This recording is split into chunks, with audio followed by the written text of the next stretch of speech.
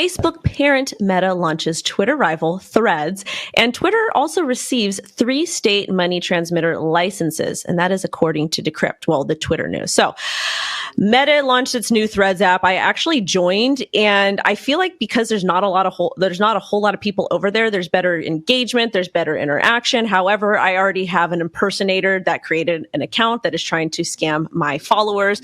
I'm going to actually critique this before I get into the Twitter money transmitter license. As a cringe fluencer shock jock that does this 24/7, 365, there's a lot of flaws here. The biggest flaw is you can connect it to your Instagram account, but you cannot import your followers over, which I think is absolutely ridiculous. Like, I feel like all of your followers should be able to be imported over. And I think what they should have done is done one app, because there's so many different apps out there and it just kind of makes it hard. So that's my critique on that. And I think that it's important to, talk about this stuff. Next, Twitter awarded 3 state money transmitter licenses in New Hampshire, Michigan, Missouri, approved it. And the platform will now be able to start expanding into its payments and other financial services. I know that I think you can use Stripe and PayPal for your subscribers and whatnot. I believe that I use that. But overall, it's interesting to see these guys compete, especially with their big fight happening soon. I want to kind of toss this over to Will, because I feel like this could be kind of a sports story at the same time. Is this a rivalry because of their fight that they're having, or is it just 2 nerds that are trying to out-tech each other? Where's the swipe? We need the swipe nerdy. No, sports are not nerdy, and tech isn't nerdy. It's just funny to say that. We do need the MMA fight between Elon and Zuck. No, the new product is interesting. I was trying to get onto it this morning right before the hash. I guess you have to have an Instagram account, which I don't. So you got to make that first, and then you can log on. I think there's a lot of people coming for the Twitter throne right now because Elon has upended things so much. He tweeted last year that they were going to test in prod, which has a lot of similarities with the cryptocurrency industry, especially the DeFi industry, which notably does test in production quite often.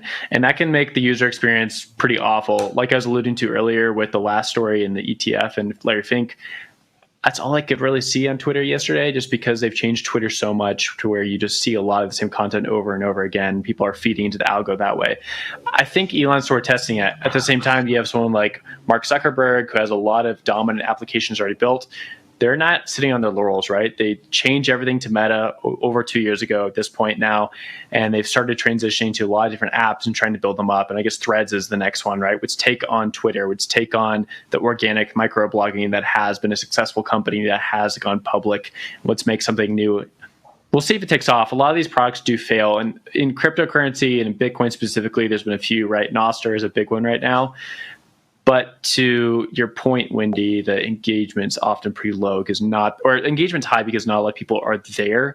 And so a lot of these products do die on the vine after a while, right? So that's kind of what I see happening here, but I'm definitely going to try it out, I suppose. Jen? Really quick, sorry guys. Just so you guys know, I get like 2 to 3 emails per week about brand new social media platforms that they want me to migrate over to. And I tell them no every single time, because they're basically asking me to take my audience over there. This product, Threads, is a little bit different because it's already established by an established company. But again, these products generally die out and they don't do well, just from what I've seen over being a shock jock the last couple of years. Jen? Yeah, I was speaking to someone who worked at Meta recently and asked what their perspective was on everything that was going on. And they said, like Mark Zuckerberg, is obviously very smart, recognizes trends very quickly, and he moves really quickly. And we saw that, when there was the threat with Snapchat, when there was the threat with TikTok, how Instagram was able to adapt to that and offer new features to get users to stay on Instagram for longer. Facebook is still the largest social media app in the world, followed by YouTube, and then I believe it's WhatsApp and Instagram. Facebook owns 3 of the products I just mentioned, and so if anyone is going to do it, I think it will be Facebook. But at the same time, I think they have, an uphill battle to actually get users off of Twitter, out of that environment, into a whole new environment to recreate that same culture. I think is going to be an uphill battle that I don't know if Facebook has really done that. They've just kind of acquired things and copied things. Sam, what do you think? Yeah, I mean, before we transition to the next story, the only thing I'll say is that I think a lot of the talk has been in terms of winner takes all, and I don't think it's going to be a winner takes all sort of a thing. If Mark Zuckerberg makes his platform more of kind of a mindless sort of scrolling, interesting, fun experience, whereas Twitter, if it stays kind of in the more Well, I don't know. Twitter's also, it seems like, trying to move in that direction under Elon rather than the more social graph oriented, trying to, be on top of news type thing. We'll see what happens. I don't think it's winner takes all. They'll both kind of divide into their niches over time, or one will disappear. Who knows?